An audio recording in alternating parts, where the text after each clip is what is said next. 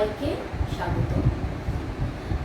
আজকে আমরা তড়িৎ রসায়ন চ্যাপ্টারটিতে ছিলাম। সেই তড়িৎ রসায়ন চ্যাপ্টারে গত ক্লাসে আমরা যে অংশটি পড়িয়েছিলাম তার পরের অংশ থেকে আমরা আজকে শুরু করব। গত ক্লাসে আমরা তোমাদেরকে শিখেছিলাম সেটি হলো প্রাথমিক কোষ বা প্রাইমারি সেল। প্রাথমিক কোষ বা প্রাইমারি সেল এবং এর দুই ধরনের প্রাইমারি সেল, ড্রাই কোষ এবং যেটাকে আমরা বলি জ্বালানি কোষ, শুষ্ক কোষ এবং জ্বালানি কোষ সম্বন্ধে আমরা গত ক্লাসে আলোচনা করেছিলাম।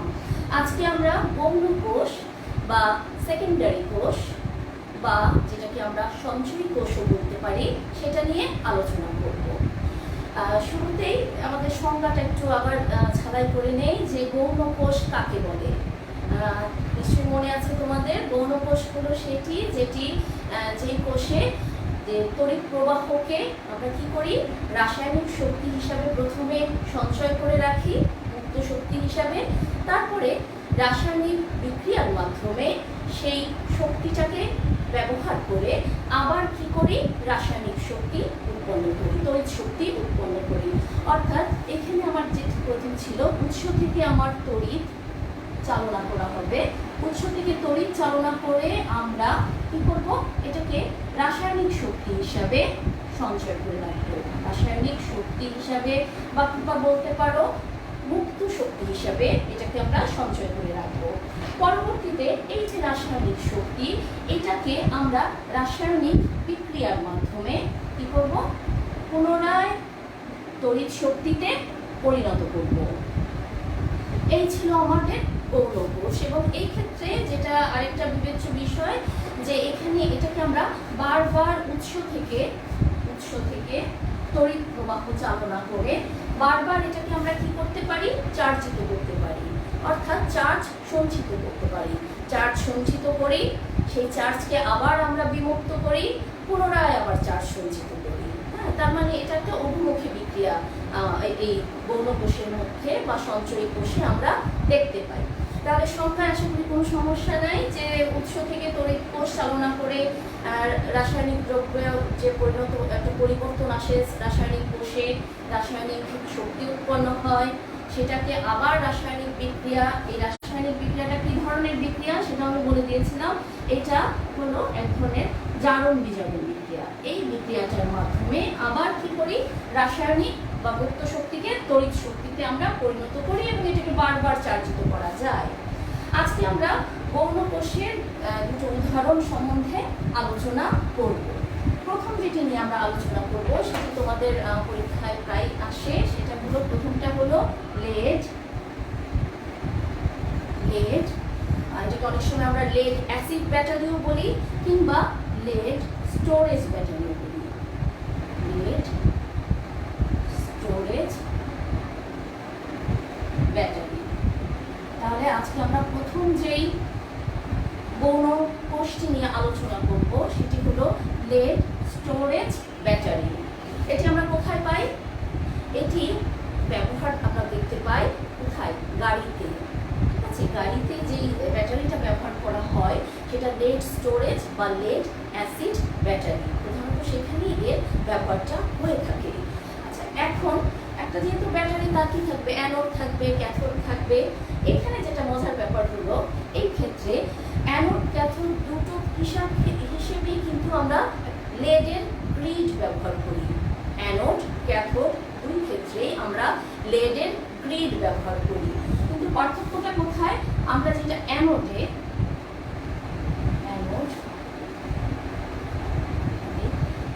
ক্ষেত্রে আমরা কি করি, অ্যানোডে সচ্ছিদ্র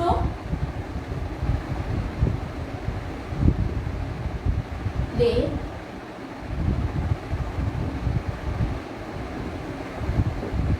পাত যুক্ত করে দেই, অর্থাৎ লেডের যে গ্রিডটা আছে সেখানে আমরা সচ্ছিদ্র লেডের পাত যুক্ত করে দেই এবং সেক্ষেত্রে ওই পাত সমৃদ্ধ যে লেডের গ্রিডটা সেটাকে আমরা অ্যানোড হিসাবে ব্যবহার করি।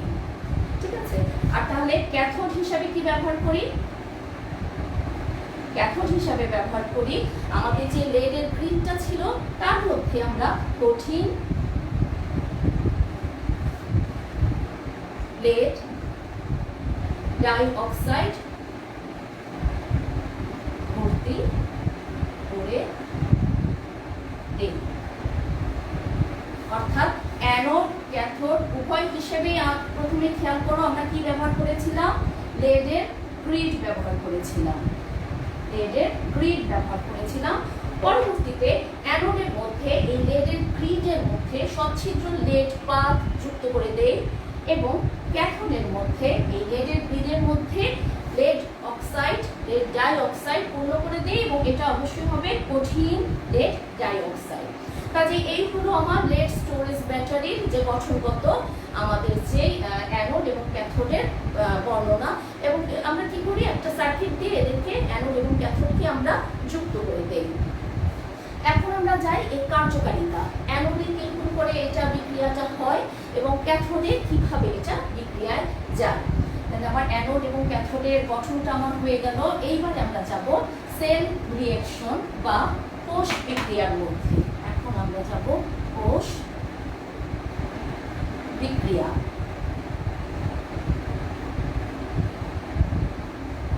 কোষ বিক্রিয়া প্রথমেই আমাদের সবসময় আমরা অ্যানোড বা ঋণাত্মক যে অংশ সেটা দিয়ে আমরা স্টার্ট করি।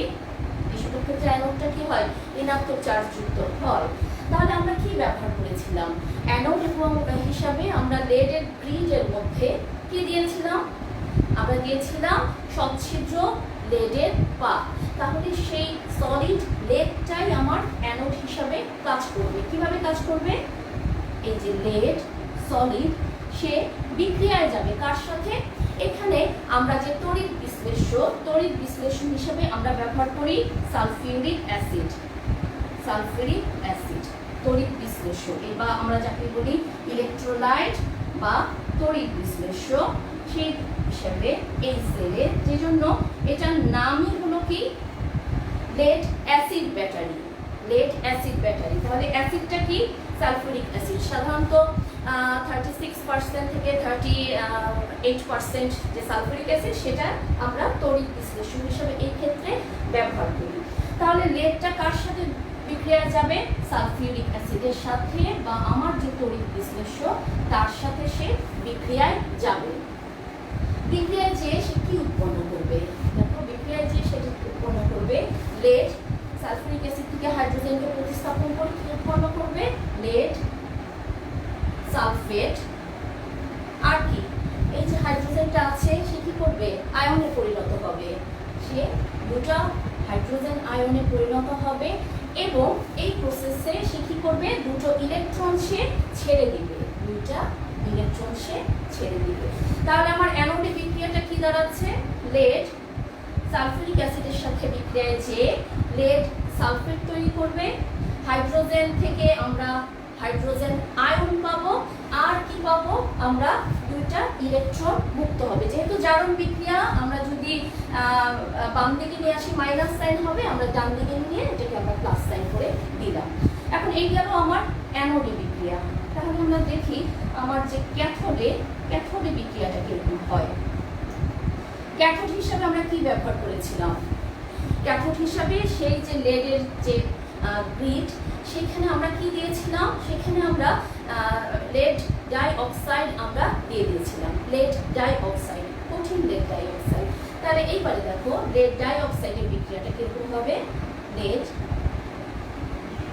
ডাইঅক্সাইড সলিড এটি পুনরায় সালফিউরিক অ্যাসিডের সাথে বিক্রিয়ায় যাবে। তাহলে সালফিউরিক অ্যাসিড অ্যানোড এবং ক্যাথোড উভয় ক্ষেত্রেই বিক্রিয়ায় যাচ্ছে। এখানে সালফিউরিক অ্যাসিডের সাথে বিক্রিয়ায় যাবে, আর কি যাবে, এই যে হাইড্রোজেন আয়ন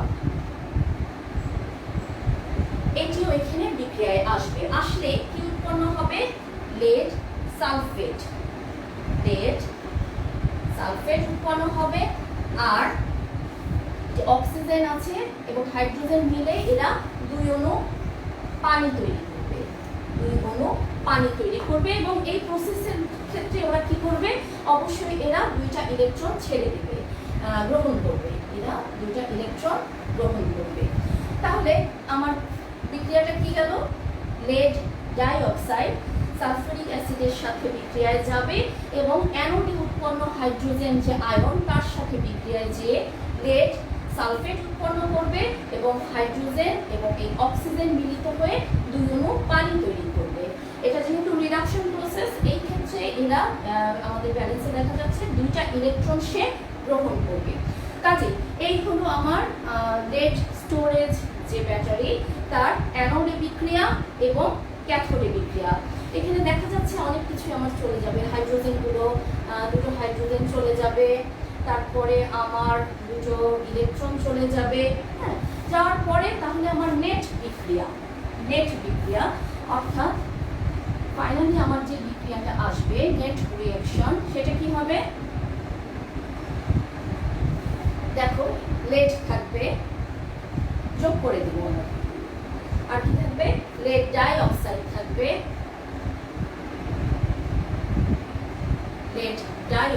থাকবে, দুই অণু সালফিউরিক অ্যাসিড, দুটো সালফিউরিক অ্যাসিড থাকবে, দুই অণু লেড সালফেট, দুটো লেড সালফেট থাকবে, আর কি থাকবে? দুই অণু পানি থাকবে। কাজেই এই হলো আমার যে নেট রিঅ্যাকশন, সেখান থেকে আমি কি পাবো? এই হলো আমার নেট বিক্রিয়া, যেটা অ্যানোড এবং ক্যাথোডের বিক্রিয়া থেকে আমরা ফাইনালি আমরা যে বিক্রিয়াটা পাবো সেটা হলো সলিড লেড ডাই অক্সাইডের সাথে বিক্রিয়ায় যাবে, ইলেকট্রোলাইট তড়িৎ বিশ্লেষ্য সালফিউরিক অ্যাসিডের সাথে বিক্রিয়ায় করে লেড সালফেট তৈরি করবে এবং দুই অণু পানি তৈরি করবে। এই হলো আমার নেট বিক্রিয়া। এখন এই যে এই বিক্রিয়াটা হলো, এটাতে আমরা আসলে কি করলাম? আমরা যে চার্জটা আমরা প্রথমে সঞ্চিত করেছিলাম, সেই চার্জটাকে এখানে আমরা বিমুক্ত করে দিয়েছি। অর্থাৎ এই বিক্রিয়াটি আমার ডিসচার্জ বিক্রিয়া। অর্থাৎ আমরা যে উৎস থেকে তড়িৎ প্রবাহ চালিয়ে সেই তড়িৎটাকে যে রাসায়নিক শক্তি হিসেবে সঞ্চয় করেছিলাম, তারপরে সেই রাসায়নিক শক্তিকে কি করেছিলাম? রাসায়নিক বিক্রিয়ার মাধ্যমে মুক্ত করে দিয়েছি, চার্জকে মুক্ত করে দিয়েছি। কাজে এটাকে আমরা বলি চার্জ বিমুক্তকরণ। এখন এইভাবে যখন বিক্রিয়া যেতে যেতে এক সময় কি হবে? সালফিউরিক অ্যাসিড কি আর থাকবে? সালফিউরিক অ্যাসিড আমাদের শেষ হয়ে যাবে। তখন আমরা কি করব? তখন আমরা এটাকে আবার চার্জিং করব। চার্জিং করা আমি একটু দেখাই। বিক্রিয়াটা এখানে কি ছিল? দেখো এখানে ছিল লেড সালফিউরিক অ্যাসিড, অ্যানোডে বিক্রিয়াটা ছিল। চার্জিং করা অর্থ যে ডিসচার্জিং এর যে বিক্রিয়াটা সেটা সম্পূর্ণ বিপরীতমুখী করে দেওয়া। অর্থাৎ অ্যানোড বিক্রিয়াটা হয়ে যাবে ক্যাথোডে বিক্রিয়া, ক্যাথোডের বিক্রিয়াটা হয়ে যাবে অ্যানোডের বিক্রিয়া। অর্থাৎ আমরা প্রাথমিক যে আমাদের বিক্রিয়াটা সেটাকে একেবারে বিপরীতমুখীভাবে চালনা করব। চালনা করে প্রাথমিক যে উপাদানগুলো সেগুলোকে আমরা আবার উৎপন্ন করব। ঠিক আছে? কাজে আমি যখন এটাকে চার্জিং করব তাহলে বিক্রিয়াটা কি হবে? সম্পূর্ণভাবে ঘুরে যাবে। ঘুরে গিয়ে সেইখানে আমার বিক্রিয়াটা কি দাঁড়াবে? দেখি, আমার বিক্রিয়াটা দাঁড়াবে এইরকম। লেড, এটা হলো ডিসচার্জিং এর ক্ষেত্রে। আবার যখন আমরা চার্জিং করব তখন আমার বিক্রিয়াটা দাঁড়াবে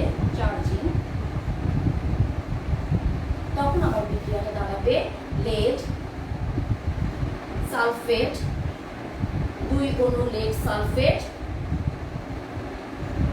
পানির সাথে বিক্রিয়া যাবে এবং এই ক্ষেত্রে আমার কি উৎপন্ন হবে? লেড উৎপন্ন হবে,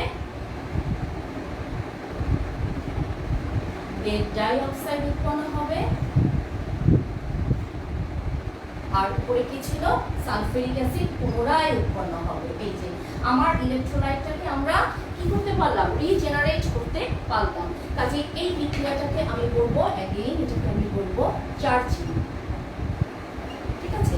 তাহলে এই হলো আমার চার্জিং বিক্রিয়া, আর এই হলো আমার ডিসচার্জিং বিক্রিয়া।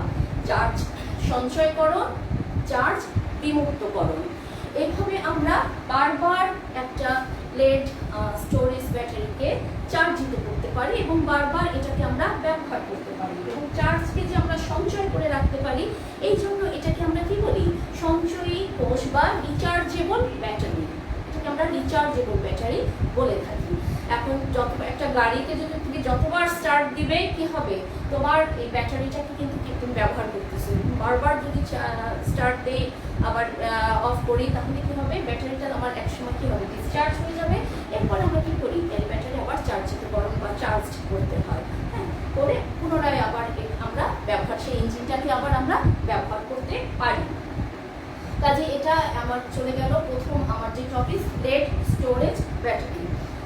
আশা করি তোমরা সবাই এসছো আজকে ক্লাসে, এবং তোমরা সবাই তোমাদের কোথায় বুঝতে কোনো সমস্যা হলে বা কোনো জায়গায় অসুবিধা হলে বুঝতে অবশ্যই জানাবে কমেন্ট বক্সে, কারণ এটা কিন্তু পরীক্ষায় আসে। এখন আমরা যেটা নিয়ে কথা বলবো সেটা হলো কি, সেটা হলো এরকমই আরেকটা গৌণ কোষ, যেটাকে আমরা বলি লিথিয়াম আয়ন ব্যাটারি। দুই রকম ব্যাটারি আছে, একটা শুধু লিথিয়াম ব্যাটারি, আরেকটা লিথিয়াম আয়ন ব্যাটারি। খেয়াল রাখবে, লিথিয়াম ব্যাটারিটা কিন্তু primary sell, lithium battery primary sell, কিন্তু লিথিয়াম আয়ন ব্যাটারি সেটাই আমার সেকেন্ডারি বা গৌণ কোষ। তা এখন তাহলে আমি আলোচনা করবো যেটা, সেটা তোমাদের হলো লিথিয়াম আয়ন ব্যাটারি। তবে তাহলে পরের অংশটা, পরের কোষটা নিয়ে আমরা আলোচনা শুরু করি। লিথিয়াম আয়ন ব্যাটারি, বোঝাই যাচ্ছে এখানে লিথিয়ামের অনেক ব্যবহার আছে, তাই না? লিথিয়াম এখানে আমরা অনেক ক্ষেত্রে ব্যবহার করব। এখানে আমার ব্যাটারিটা নাম যেটা লিথিয়াম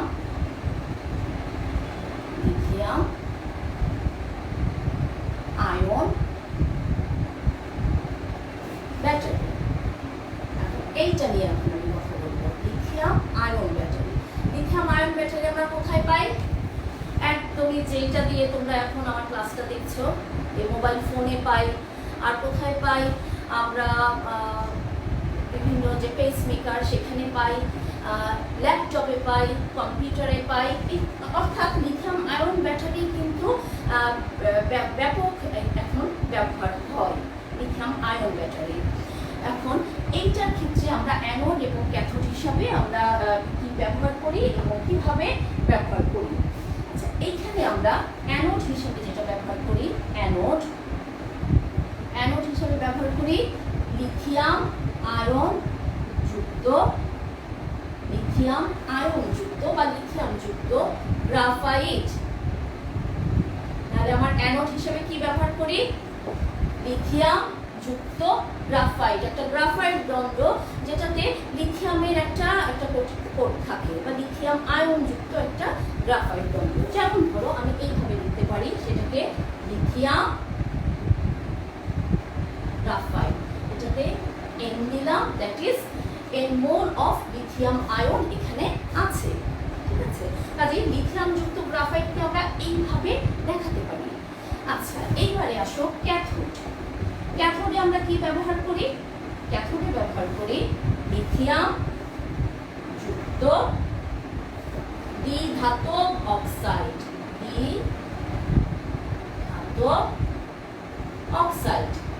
যেমন কি হতে পারে, যেমন আমরা এই ক্ষেত্রে ব্যবহার করতে পারি লিথিয়াম কোবাল্ট অক্সাইড অথবা লিথিয়াম ম্যাঙ্গানিজ অক্সাইড। এগুলো আমি ক্যাথোড হিসাবে ব্যবহার করতে পারি।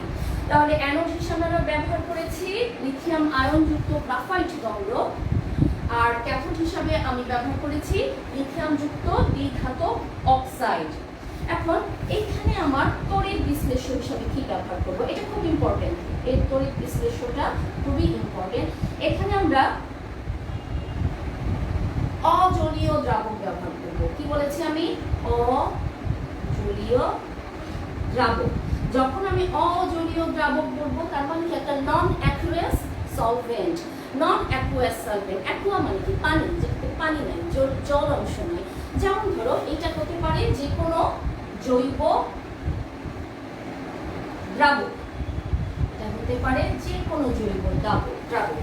সাধারণত আমরা যেগুলো ব্যবহার করি lithium hexafluoride phosphate, lithium hexafluoride phosphate ব্যবহার করি। এছাড়া আমরা আরো যেটা ব্যবহার করি লিথিয়াম পারক্লোরেট, লিথিয়াম পারক্লোরেট। এছাড়া কিছু পলি অ্যানায়ন, পলি মানে কি মোর দেন ওয়ান মোর দেন টু, পলি অ্যানায়ন ব্যবহার করি, যেমন লিথিয়াম আয়রন। এটার সাথে পলি অ্যানায়নে বিভিন্ন কিছু যোগ করতে পারি। আমরা সাধারণত যেটা যোগ করি যে লিথিয়াম আয়রন ফসফেট, এটাও আমরা এখানে আসতে পারি। লিথিয়াম আয়রন ফসফেট হিসাবে আমরা এটা অজলীয় দ্রব্যকে বিভিন্ন ক্ষেত্রে আমরা লিথিয়াম আয়রন ফসফেটও ব্যবহার করতে পারি। তবে সাধারণত আমরা যেটা করি লিথিয়াম হেক্সাফ্লোরো ফসফেট, এটি সাধারণত ব্যবহার হয়ে থাকে। তাহলে এই গেল আমার অ্যানোডের গঠন, এই হলো আমার ক্যাথোডের গঠন, এই হলো আমার তড়িৎ বিশ্লেষ্য। অ্যানোড হিসাবে লিথিয়াম যুক্ত গ্রাফাইট ব্যবহার করি, ক্যাথোড হিসাবে লিথিয়াম যুক্ত দ্বিধাতব অক্সাইড ব্যবহার করি। খেয়াল রাখবে এটা যখন আমরা লিখি তখন আমরা এই হিসাবে লিখি 1 - N, lithium 1 - N cobalt oxide বা লিথিয়াম ম্যাঙ্গানিজ অক্সাইড। এছাড়া তড়িৎ বিশ্লেষ্য হিসেবে অজলীয় দ্রাবক যে লিথিয়াম হেক্সাফ্লোরো ফসফেট বা লিথিয়াম পারক্লোরেট ব্যবহার করি। এখন আমি বিক্রিয়ায় চলে যাই। আমার লিথিয়াম আয়ন ব্যাটারির নেট যেমন সেল বিক্রিয়া সেটা কিরকম হবে। সেল বিক্রিয়াতে আমি চলে যাচ্ছি।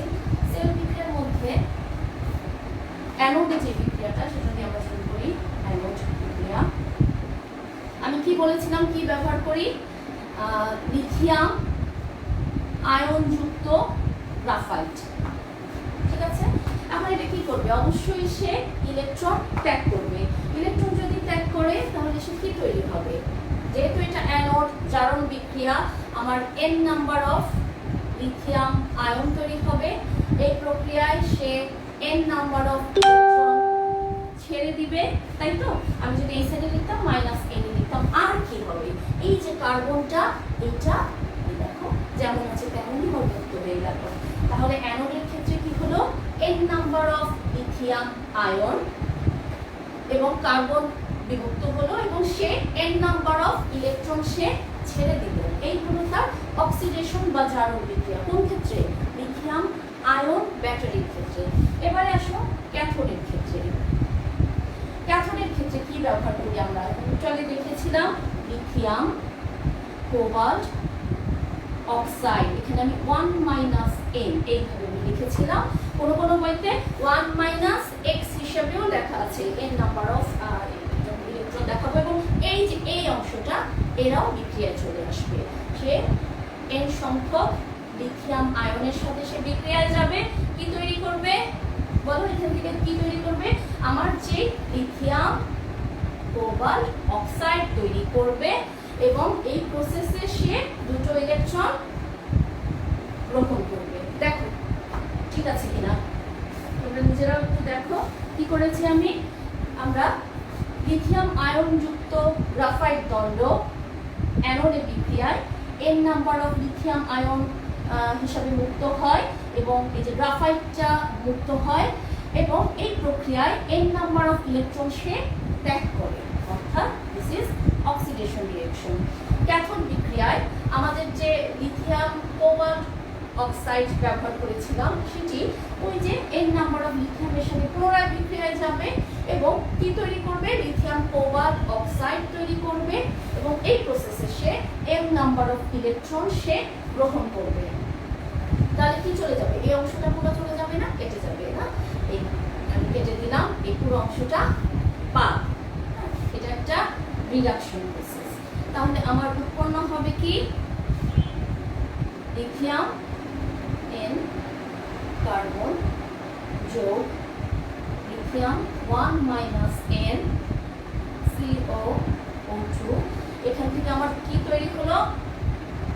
লিথিয়াম NiCO2 এবং আমার একটা আসলো আমার এখানে আমার কার্বনটা আমি আবার মুক্ত অবস্থায় পেলাম। তাহলে এই যে আমার বিক্রিয়াটা হলো, অবশ্যই এটা কি বিক্রিয়া? চার্জিং না ডিসচার্জিং? আমরা রাসায়নিক শক্তিটাকে রাসায়নিক বিক্রিয়ার মাধ্যমে তড়িৎ শক্তিতে পরিণত করছি। তাহলে এটা অবশ্যই আমার কি হবে? ডিসচার্জিং, ডিসচার্জ করছি আমি। চার্জ বিমুক্তকরণ করছি। তাহলে আমার চার্জিংটা কি হবে? চার্জিং হবে ঠিক এর উল্টা। এই হলো আমার চার্জিং প্রসেস। আসলে এই যে আমার বিক্রিয়াটা, এটাতে আমার আলটিমেটলি যেটা হয়, খেয়াল করো, আমি কি করছি, কোবাল্ট 3+ থেকে কোবাল্ট 4+ পরিণত হয়, দ্যাট ইজ অক্সিডেশন, এবং পুনরায় কোবাল্ট 4+ থেকে আমার কোবাল্ট 3+ পরিণত হয়, যেটা আমার রিডাকশন। এই হলো আমার বেসিক বিক্রিয়াটা। এই বিক্রিয়াটাই কিন্তু আমার বেসিক বিক্রিয়া, যেটা আমি এখান থেকে আমি বের করতে পারি। হ্যাঁ, আমার হলো যে মূল যে আমার পরিবর্তনটা, জারণ বিজারণ পরিবর্তনটা, সেটা কিন্তু এই জায়গায়। এই হলো আমার জারণ বিজারণ বিক্রিয়া, যেটা আমি একটা লিথিয়াম আয়ন যুক্ত করে ফ্যাসিলিটেট করলাম, ব্যবহার করলাম, আমার সুবিধাজনকভাবে আমি এটাকে ব্যবহার করলাম। কাজে এই হলো আমার লিথিয়াম আয়ন ব্যাটারির, আমার কি করেছি, এটা লিথিয়াম আয়ন ব্যাটারির, এটা টোটাল অ্যানোড ক্যাথোড বিক্রিয়া এবং আমার নেট বিক্রিয়া। আচ্ছা, এখন তোমাদের এরপরে যে কোশ্চেনটা আসে সেটা হলো, এই যে আমাদের দুইটা ব্যাটারি, দুইটা কোষ, এদের মধ্যে কোনটা ব্যবহার করা বেশি সুবিধাজনক? চিন্তা করে দেখো তো, কোনটা ব্যবহার করা বেশি সুবিধাজনক হবে, কোনটা ব্যবহার করা? সেটা কি আমি যদি লেড অ্যাসিড ব্যবহার করি বা লেড স্টোরেজ ব্যবহার করি, সেটাতে কি আমি বেশি সুবিধা পাবো,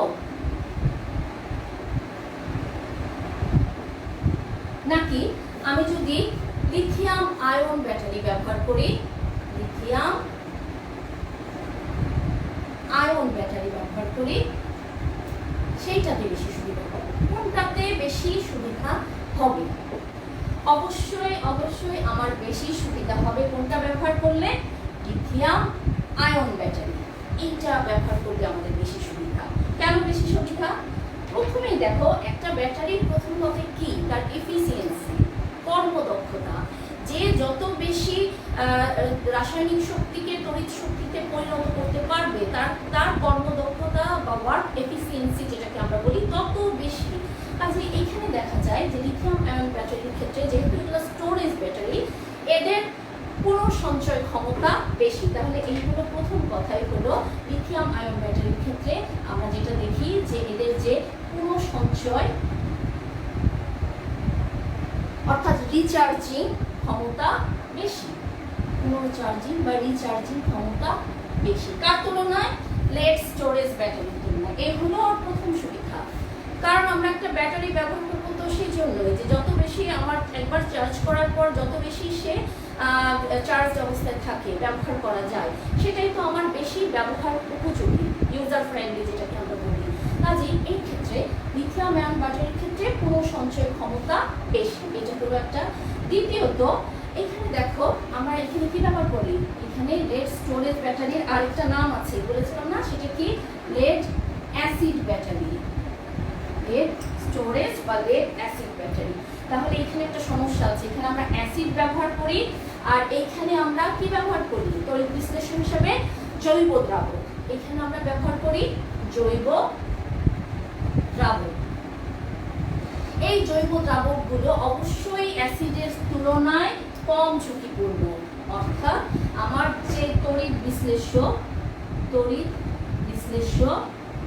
জৈব দ্রাবক, তড়িৎ বিশ্লেষ্য, এটা কি কম ঝুঁকিপূর্ণ,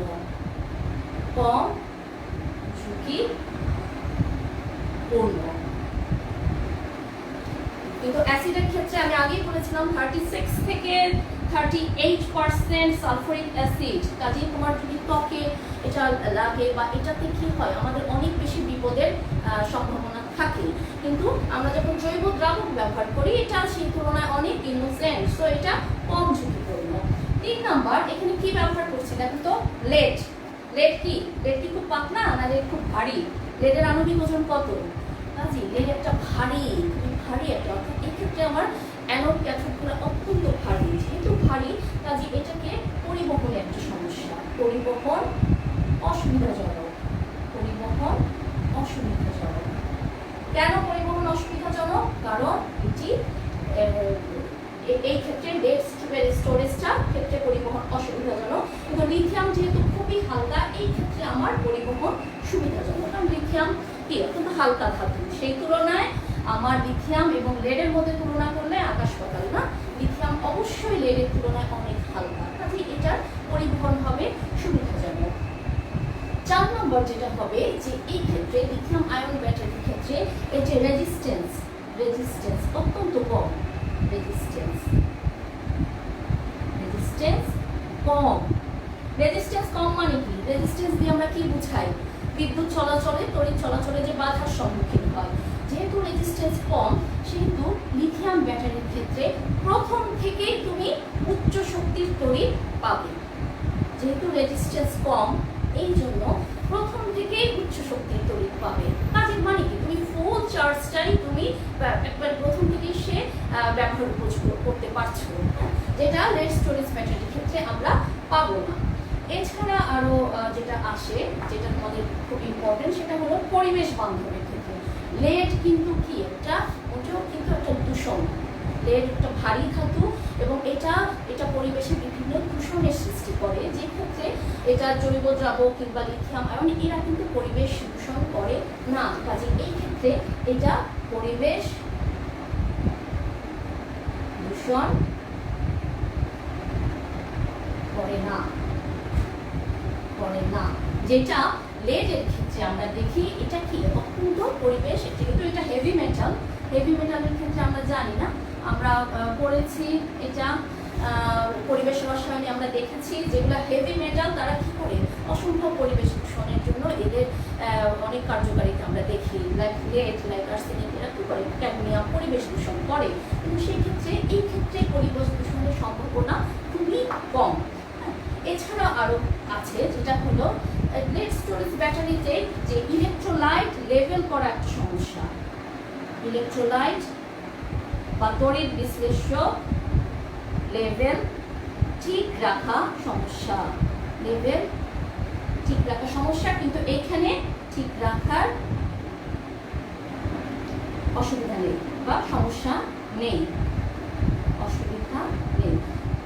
এখানে কেন সমস্যা? কারণ এই যে অ্যাসিড কি করে?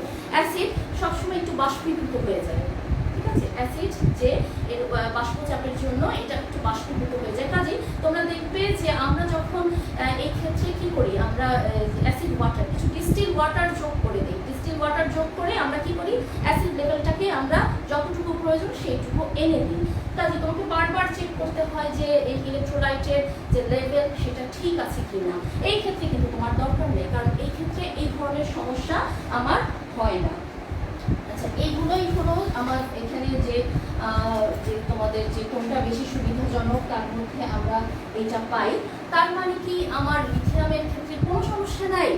আছে। লিথিয়াম আয়নের ক্ষেত্রেও কিন্তু ব্যাটারির ক্ষেত্রেও সমস্যা আছে। সমস্যা এখানেও এক জৈব দ্রবণ। কি সমস্যা? এরা কিন্তু দাহ্য পদার্থ এবং এরা উচ্চ চাপে থাকে। কি বলেছি? এরা দাহ্য পদার্থ এবং এরা উচ্চ চাপে থাকে। এর ফলে যেটা হয় যে কখনো কখনো বিস্ফোরণ হয়ে যায়। কখনো কখনো তোমরা নিশ্চয়ই শুনেছ যে ফোন চার্জে দিয়ে রেখেছিল, তারপর কি হয়, চার্জে দিয়ে রেখে চার্জেই আছে, ওই চার্জ থাকা অবস্থায় ফোনে কথাও বলছে এবং কি হয়, মোবাইল বিস্ফোরণ হয়, আমরা প্রায় শুনি। তবে আধুনিক যে ফোনগুলো আমরা ব্যবহার করি, সেলফোনগুলো, সেগুলোতে এই অসুবিধাটা যেন না হয় সেইভাবেই এটাকে কিন্তু ব্যবস্থা নেওয়া হয়। তারপরেও মাঝে মাঝে শুনবে যে মাঝে মাঝে কি হয়, মোবাইল ফোন বিস্ফোরিত হয়, হাত পুড়ে যায়, বা বিভিন্ন রকমের স্কিন বার্ন হয়। কাজেই আমার চার্জে রেখে কখনোই কি করা যাবে না, ফোনে কথা বলা যাবে না, ঠিক আছে? এবং ফোন গরম হয়ে গিয়েছে কিনা সেটাও আমার খেয়াল রাখতে হবে। যদিও আধুনিক ফোনগুলোতে এই সমস্যাটা কমই থাকে। কাজে দেখো আমাদের মোটামুটি আমরা আজকের যে গৌণ সেলের মধ্যে আমরা ছিলাম, গৌণ সেলের আমরা প্রথমে লেড স্টোরেজ ব্যাটারির ব্যবহার, গঠন আমরা জানলাম। এরপরে লিথিয়াম আয়ন ব্যাটারির গঠন এবং এর যে ব্যবহার আমরা দেখলাম, এবং উভয়ের মধ্যে কোনটি বেশি ব্যবহার উপযোগী সেটা আমরা দেখলাম। কাজে আমার যে লেড গৌণ কোষটা মোটামুটি এইটুকু পর্যন্তই তোমাদের বইতে আছে, এবং আর একটু আলাদা করে লেড স্টোরেজ ব্যাটারির সুবিধা অসুবিধা, লিথিয়াম আয়ন ব্যাটারির সুবিধা অসুবিধাও আমাদের জানতে হবে, কাজে সেটাও আমাদের জানতে হবে। আজকে আরেকটা ছোট একটা জিনিস তোমাদের আমি পড়িয়ে দিব, যেটা এটার সাথে তোমাদের প্রয়োজন হবে, এই চ্যাপ্টারে তোমাদের লাগে। সেটা কি? সেটা হলো নির্দেশক কোষ। নির্দেশক কোষ, নির্দেশক কোষ বা যেটাকে আমরা বলি প্রাইমারি রেফারেন্স সেল। আরেকটা যেটাকে আমরা বলি গৌণ কোষ। গৌণ কোষ, সরি এখানে কোষ না বলে আমার বুঝতে ইলেকট্রোড বলে হবে, নির্দেশক ইলেকট্রোড। নির্দেশক ইলেকট্রোড, প্রাইমারি রেফারেন্স ইলেকট্রোড। আরেকটা হলো গৌণ ইলেকট্রোড বা এটাকে আমরা বলি সেকেন্ডারি। এটাকে আমরা সরাসরি, আমি যেহেতু তোমাদের দরকার আমরা এটাকে সরাসরি চলে যাই, এটাকে আমরা বলি সেকেন্ডারি রেফারেন্স ইলেকট্রোড। এখন নির্দেশক ইলেকট্রোড কাকে বলে এবং যেটাকে আমরা গৌণ ইলেকট্রোড বলি, অর্থাৎ প্রাইমারি রেফারেন্স ইলেকট্রোড কাকে বলে এবং সেকেন্ডারি রেফারেন্স ইলেকট্রোড কাকে বলে। আমরা জানি যে কোনো একটা একক ইলেকট্রোড, আমরা তো জানি যে একটা অ্যানোড এবং ক্যাথোড নিয়ে একটা প্রোটন সেল তৈরি হয়। অ্যানোডকে একটা একক ইলেকট্রোড যদি ধরো, ক্যাথোডকে একটা একক ইলেকট্রোড যদি ধরো, তাহলে আমরা বলতে পারি একক যে ইলেকট্রোড, একক ইলেকট্রোডে ইএমএফ নির্ণয় করা সম্ভব না। একক ইলেকট্রোডে ইএমএফ নির্ণয় করা সম্ভব না। কাজে তোমাকে কি করতে হবে? একটা জানা ইএমএফ ইলেকট্রোডের সাথে তোমার ইলেকট্রোডটিকে অজানা ইএমএফ এর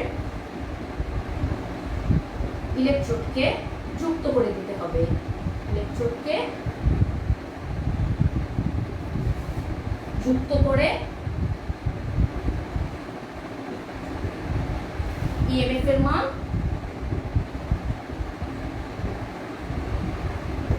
পরিমাপ করা যায়। পরিমাপ করা যায়। তাহলে একক ইলেকট্রোড হতে পারে সেটা অ্যানোড প্রান্ত, অ্যানোড অর্ধসেল কিংবা ক্যাথোড অর্ধসেল। এদের যে ইএমএফ সেটা এককভাবে নির্ণয় করা যায় না। কি করতে হবে? আমাকে একটা এই যে জানা ইএমএফ ইলেকট্রোডের সাথে যুক্ত করে থাকে। এখন যেই ইলেকট্রোডের ইএমএফ জানা তাকে আমরা কি বলবো? নির্দেশক ইলেকট্রোড বা প্রাইমারি রেফারেন্স ইলেকট্রোড। প্রাইমারি বা আমরা যেটা জানা থাকে সেটাকে আমরা কি বলি? টাইট্রেশনের ক্ষেত্রে বলি স্ট্যান্ডার্ড। এই ক্ষেত্রে আমরা বলি নির্দেশক ইলেকট্রোড বা প্রাইমারি রেফারেন্স ইলেকট্রোড বা প্রধান, বা এটাকে এই হিসাবে আমরা ধরে থাকি। এটার একটা উদাহরণ কি হতে পারে? উদাহরণ হতে পারে প্রমাণ হাইড্রোজেন ইলেকট্রোড। প্রমাণ হাইড্রোজেন ইলেকট্রোড তোমাদের আসে। প্রমাণ হাইড্রোজেন ইলেকট্রোডটা একটু দেখিয়ে দিই। তাহলে এটার উদাহরণকে প্রমাণ হাইড্রোজেন ইলেকট্রোড। প্রমাণ হাইড্রোজেন ইলেকট্রোড। প্রমাণ দিয়ে আমরা কি বুঝি? যে কোনো অবস্থায় প্রমাণ যখনই বলি তাহলে আমরা বুঝি 25 ডিগ্রি সেন্টিগ্রেড তাপমাত্রা, 1 অ্যাটমসফিয়ার বায়ুচাপ, 1 মোল কনসেন্ট্রেশন। এখন তাহলে এইখানে এই যে ইলেকট্রোড এর গঠনটা তাহলে কেমন হবে? চলো এই গঠনটা দেখি। এই ক্ষেত্রে আমরা একটা কাঁচ নল ব্যবহার করে থাকি। এই যে দেখো, এখানে একটা কাঁচ নল ব্যবহার করে থাকি, ওর দিকে বদ্ধ একটা কাঁচ নল ব্যবহার করে থাকি এবং তাকে একটা পাত্রের মধ্যে যুক্ত করে দিই। কাঁচ নলের এক প্রান্ত দিয়ে আমরা কি যুক্ত করি? প্রবেশ করাই হাইড্রোজেন গ্যাস প্রবেশ করাই, যেটা কি থাকবে? 1 অ্যাটমসফিয়ারে থাকবে।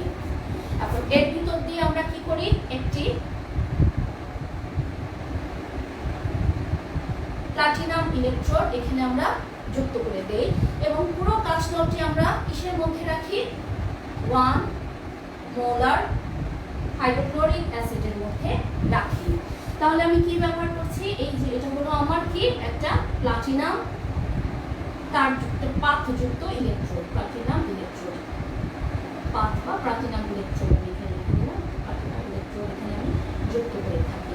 তাহলে এইখানে আমি এই কাঁচনল দিয়ে আমি হাইড্রোজেন গ্যাস প্রবেশ করাবো, বদ্ধ কাঁচনল, এবং যেটা এই যে প্লাটিনাম পাতে সেটা সংযুক্ত জমা হবে এবং এটি আমি 1 মোলার একটা হাইড্রোক্লোরিক অ্যাসিডের সাথে আমি এটাতে পূর্ণ একটা কন্টেনারে রাখবো।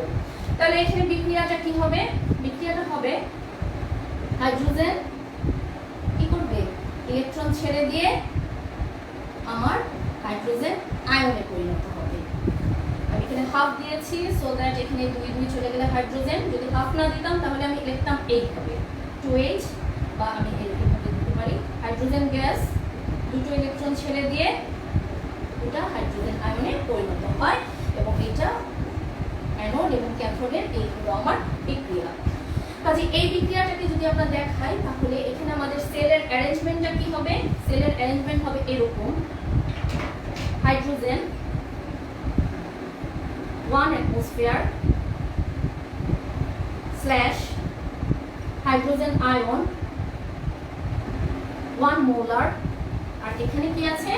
প্লাটিনাম, আমরা পাঁচটা যুক্ত করেছি। তাহলে এই হলো তার সেল অ্যারেঞ্জমেন্ট, এটাকে আমরা বলি সেল অ্যারেঞ্জমেন্ট। তার বিক্রিয়াটা কি? হাইড্রোজেন একটা ইলেকট্রন ছেড়ে হাইড্রোজেন আয়নে পরিণত হয়েছিল। এটাকে আমরা রেফারেন্স ইলেকট্রন ব্যবহার করি। এটা মেইনটেইন করা খুব সমস্যা, কারণ সবসময় হাইড্রোজেন গ্যাস 1 অ্যাটমসফিয়ারে থাকে না, নাম্বার 1। দ্বিতীয়ত আমরা যে 1 মোলার হাইড্রোক্লোরিক অ্যাসিড নিয়েছি এটাও সবসময় 1 মোলারে থাকে না, এটা হলো আরেকটা সমস্যা। আবার কি হয়? পোলারাইজেশনেরও সমস্যা আছে। এই পাতের উপর হাইড্রোজেনটা জমতেই থাকে, পোলারাইজেশন হয়, কাজে মাঝে মাঝে এই পাতটা উঠে আমার উপরের অংশটা ঘষে এটাকে পরিষ্কার করে বারবার এটাকে আমার ভিতরে আমার সংযুক্ত করতে হয়, বা এই পাতটা আমার যে হাইড্রোক্লোরিক অ্যাসিডের মধ্যে 1 মোলার হাইড্রোক্লোরিক অ্যাসিডের মধ্যে বারবার এটাকে আমার দিতে হয়। কাজে এগুলো আমার নির্দেশক ইলেকট্রোড, প্রমাণ হাইড্রোজেন ইলেকট্রোড। এখন তাহলে চলে যাই আমার যেটা দ্বিতীয় ছিল, যে গৌণ ইলেকট্রোড বা সেকেন্ডারি রেফারেন্স ইলেকট্রোড। সেকেন্ডারি অর্থাৎ প্রমাণ ইলেকট্রোডের সাপেক্ষে আমরা অপর যার ইলেকট্রোড ব্যবহার থেকে আমরা ইএমএফ বের করতে পারি, সেটাকে আমরা বলতেছি গৌণ ইলেকট্রোড বা সেকেন্ডারি। গৌণ ইলেকট্রোড অনেক ধরনের ইলেকট্রোড আছে, তোমাদের এখন আমি অল্প করে যেটা বলবো এবং পরীক্ষায় আসে সেটা হলো ক্যালোমেল ইলেকট্রোড। তাহলে এখন যেটার মধ্যে আমি যাবো সেটা হলো যেটা আমরা বলি গৌণ ইলেকট্রোড। গৌণ ইলেকট্রোড, গৌণ ইলেকট্রোডের মধ্যে আমি কোনটা করব এখন? Calomel electrode. Calomel, calomel electrode. Calomel কথাটা কি? ক্যালোমেল ইলেকট্রোড মার্কারি যুক্ত যে কোনো যৌগের ক্ষেত্রে আমরা এটাকে ক্যালোমেল বলতে পারি। আমি যখনই বলবো ক্যালোমেল, এটা হলো মার্কারি যুক্ত। যেমন অ্যামালগাম যখন বলি তখন আমরা এটাকে মার্কারি যুক্তই বুঝি। ক্যালোমেল ইলেকট্রোড, ক্যালোমেল ইলেকট্রোডের গঠনটা কি হয়? ক্যালোমেল ইলেকট্রোডের গঠন হয় সলিড মার্কারি, এর সাথে থাকবে মার্কিউরাস ক্লোরাইড সলিড, এবং তার সাথে যেটা থাকে যে এখানে আমার থাকবে ইলেকট্রোলাইট হিসেবে আমার ক্লোরাইড থাকবে। This is solid, this is solid, আর এটা আমার অ্যাকুয়াস। এই হলো আমার যে গৌণ ইলেকট্রোড, তার হলো আমার গঠন। এখন আমরা দেখি যে এটার আমার চিত্রটা কিরকম। এটা চিত্রটাও অনেকটা আগের মতোই। এখানে দেখো, এখানে কি হয়? এরকম একটা কাঁচনল থাকবে। এই যে দেখো, এইরকম একটা কাঁচনল আমরা দিই। এই যে বড় একটা কাঁচনল থাকবে। এখানে কাঁচনলের ভিতরে আগের মতোই এখানেও একটা এরকম টিউব আছে, কাঁচনল। এখানে কি থাকবে? একটা, এখানেও আমি একটা পাত আমি যুক্ত করে দিতে পারি। প্লাটিনামের একটা তার এখানে যুক্ত করে দেই, প্লাটিনাম তার যুক্ত করে দেই। এখানে এই যে নিচের অংশটা, এখানে থাকবে মার্কারি, সলিড মার্কারি। ঠিক আছে, এই যে নিচের অংশটায় থাকবে সলিড মার্কারি। এর পরের যে অংশটা, এখানে থাকবে কে? মার্কারি এবং মার্কিউরাস ক্লোরাইডের একটা পেস্ট। আর এর বাকি যে অংশটা এখানে থাকবে পটাশিয়াম ক্লোরাইডের সম্পৃক্ত দ্রবণ, সম্পৃক্ত দ্রবণ। আর এখানে আমার তার যুক্ত থাকবে, সাপোজ এটা একটা কপার তার, একটা তার দিয়ে আমরা এখানে যুক্ত করে থাকবো। তাহলে আমার এখানে দেখো একদম নিচের অংশটা থাকবে সলিড মার্কারি, কঠিন মার্কারি। তার উপরে যে এই যে অংশটা, এই অংশটা হবে মার্কারি মার্কিউরাস ক্লোরাইডের একটা পেস্ট। আর এই অংশটা ছিল আমার কি সলিড মার্কারি, এই অংশটা সলিড মার্কারি, তার উপরে মার্কারি ক্লোরাইডের পেস্ট। আর তার উপরে যে এই অংশটা এখানে থাকবে পটাশিয়াম ক্লোরাইডের সম্পৃক্ত দ্রবণ। তাহলে আমার cell arrangement mercury mercurous chloride slash chloride, chloride হলো আমার দর্শক আয়ন। বিক্রিয়া কি হবে? বিক্রিয়া অ্যানোডে যে আমার যে বিক্রিয়াটা হবে সেটা, যেহেতু এখানে অ্যানোডে মার্কারি কি করবে? অবশ্যই 2 অণু ইলেকট্রন ছেড়ে দিবে। মার্কারি 2 অণু ইলেকট্রন ছেড়ে দিয়ে কিসের হবে? মার্কিউরাস আয়নে পরিণত হবে। এটা কোথায়? অ্যানোডে। কি করলো? মার্কারি 2 ইলেকট্রন ছেড়ে দিয়ে মার্কিউরাস আস, ঠিক আছে, আস আয়নে পরিণত হয়েছে। ক্যাথোডে গিয়ে কি হবে? ক্যাথোডে গিয়ে এই যে মার্কিউরাস আয়নটা সে কি করবে? 2 অণু ইলেকট্রন গ্রহণ করবে এবং এই যে ক্লোরাইড আয়ন আছে, এই যে ক্লোরাইড আয়ন দর্শক আয়ন, তার সাথে সে বিক্রিয়ায় যাবে। যে কি উৎপন্ন করবে? পুনরায় সে মার্কিউরাস ক্লোরাইড তৈরি করবে।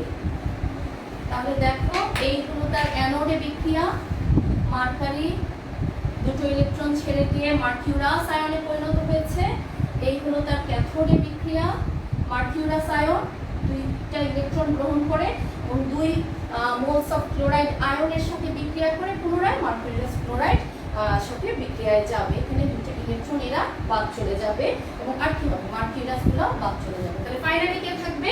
ফাইনালি থাকবে মার্কারি যোগ 2Cl। এখান থেকে আমার কি উৎপন্ন হবে? এই 2টো মার্কারি সলিড, এটা অণু, 2টা ক্লোরাইড আয়নের সাথে অ্যাকুয়াস করে আমার কি উৎপন্ন করবে? মার্কিউরাস সলিডের সাথে আমার বিক্রিয়া করে মার্কিউরাস ক্লোরাইড উৎপন্ন হবে। কাজে এইটা হলো আমার কি বললাম আমি গৌণ ইলেকট্রোড, বা যেটাকে আমরা বলি সেকেন্ডারি রেফারেন্স ইলেকট্রোড। ক্যালোনিল ইলেকট্রোডটা আমি তোমাদের আজকে দেখালাম। তাহলে আজকে আমরা কি কি পড়লাম? আজকে আমরা পড়লাম যে গৌণ কোষ বলতে আমরা কি বুঝি। 2 ধরনের গৌণ কোষ নিয়ে আমরা জানলাম, একটা লেড স্টোরেজ ব্যাটারি, আরেকটা কি লিথিয়াম আয়ন ব্যাটারি। এছাড়া কি করলাম? আমরা দেখলাম যে এদের ব্যবহার এবং এদের ব্যবহার উপযোগিতা দেখলাম। এরপরে আমরা করলাম যে গৌণ ইলেকট্রোড বা সেকেন্ডারি রেফারেন্স ইলেকট্রোড একটা তার উদাহরণ, আরেকটা যে প্রাইমারি রেফারেন্স ইলেকট্রোড বা প্রমাণ হাইড্রোজেন ইলেকট্রোড, তার গঠন, সেল বিন্যাস এবং তার বিক্রিয়া। এইটুকু আমরা আজকে শেষ করলাম। আজকে তাহলে এইটুকুই থাকুক। সবাইকে আমার সালাম এবং তোমাদেরকে শুভেচ্ছা।